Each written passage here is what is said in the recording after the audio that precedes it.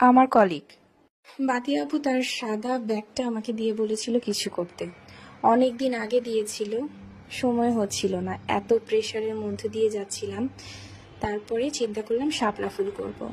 কারণ বাতিয়া আপুর সাথে যখন আমি প্রথম কক্সবাজারে ঘুরতে গিয়েছিলাম, বাতিয়া আপু আমাকে এই পার্পল কালারের একটা লোটাস গিফট করেছিল।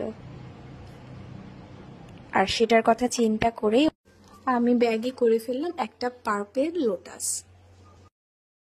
বাতি আপু আর আমার একসাথে জব করার পথ চলা মূলত আর কয়েকদিন পরেই শেষ হয়ে যাবে। সে তার দেশের বাড়িতে চলে যাবে জব ছেড়ে দিয়ে। তার নতুন জীবনের জন্য শুভকামনা।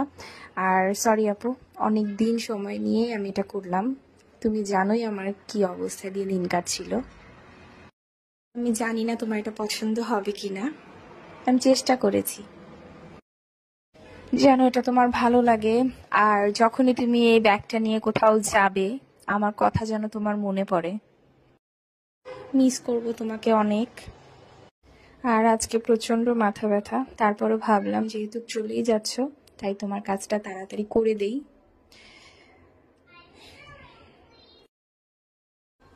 আর এই হলো সেই লোটাস যা উনি আমাকে গিফট করেছিলেন, আর এই হলো আমার কিউট কলিগ।